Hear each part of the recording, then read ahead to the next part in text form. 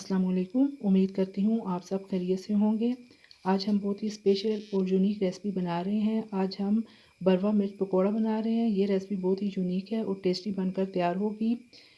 बरवा मिर्च पकोड़ा को बनाने के लिए हमें जिन चीज़ों की ज़रूरत होगी उनमें मैंने ली हैं 4 अदद मिर्चें। इनको मैंने काट लगा लिया है। 2 बड़े साइज़ के आलू लिए हैं, उनको बॉयल करके मैश करके रख लिया है।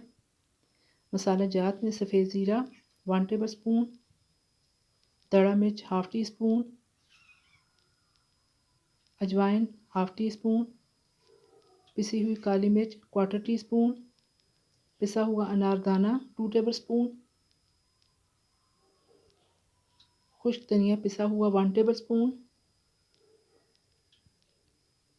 नमक 1/4 टी स्पून। चलिए जी आज की रेसिपी को बनाना शुरू करते हैं। बिस्मिल्लाहिर्रहमानिर्रहीम। सबसे पहले मैश किए हुए आलूओं के अंदर अनारदाना, खुश्क धनिया, पिसी हुई काली मिर्च, सफ़ेद ज़ीरा, दड़ा मिर्च, अजवाइन और नमक शामिल कर लें। तमाम मसाले जात को शामिल करके आपने अच्छी तरीके से इनको मिक्स करना है।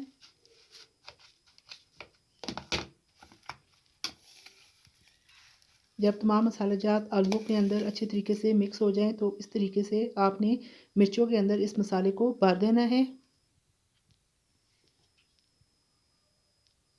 ये बहुत ही टेस्टी बरवा मिर्च पकोड़ा तैयार होंगे। ये देखिए जी हमने तमाम मसाला मिर्चों के अंदर अच्छे तरीके से भर लिया है। अब हाफ़ कप आपने बेसन लेना है। इसके अंदर 1/4 टी स्पून दड़ा मिर्च, 1/4 टी स्पून नमक, अजवाइन 2 चुटकी, येलो फूड कलर 2 चुटकी,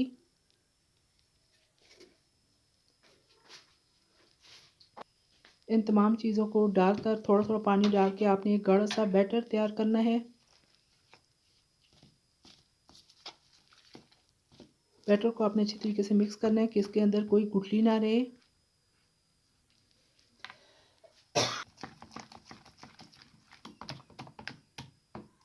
इस तरह की जो बड़ी साइज़ की मिर्ची होती हैं वो बिल्कुल तीखी नहीं होती, इनका टेस्ट भी बहुत ही लाजवाब होता है। अब ये देखिए बैटर के अंदर आप इस तरीके से मिर्चों को डिप करके तेज़ गर्म ऑयल के अंदर इनको फ्राई कर लें।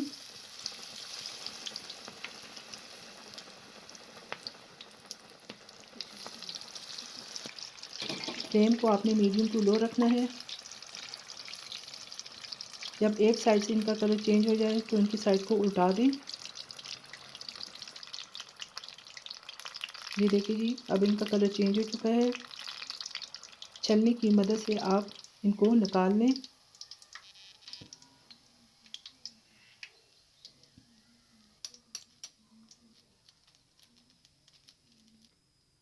ये देखिए जी मज़ेदार बरवा मिर्च पकोड़ा तैयार हो चुका है। ये मिर्चें इतनी ज़्यादा तीखी नहीं होती और साइज़ में आम मिर्चों की निस्बत काफ़ी बड़ी होती हैं और इनकी खुशबू भी ज़्यादा अच्छी होती है।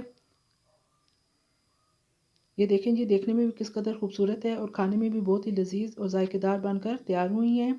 आप भी इसी तरीके से इन्हीं मसालों के साथ एक दफ़ा इस तरह ज़रूर बनाइएगा और मुझे कमेंट बॉक्स में अपनी राय से आगाह कीजिएगा कि आपको मेरी ये रेसिपी कैसी लगी है। अगर आपको मेरी ये रेसिपी पसंद आए तो लाइक कर दीजिएगा। साथ में मेरे चैनल को सब्सक्राइब और शेयर भी कर दें और बेल आइकन को भी प्रेस कर दें ताकि मेरी हर नई वीडियो आप तक बर वक्त पहुँच सके। फिर इंशाल्लाह एक और नई वीडियो के साथ आपकी खिदमत में दोबारा हाज़िर होंगी। इजाज़त दीजिए। अल्लाह हाफिज़।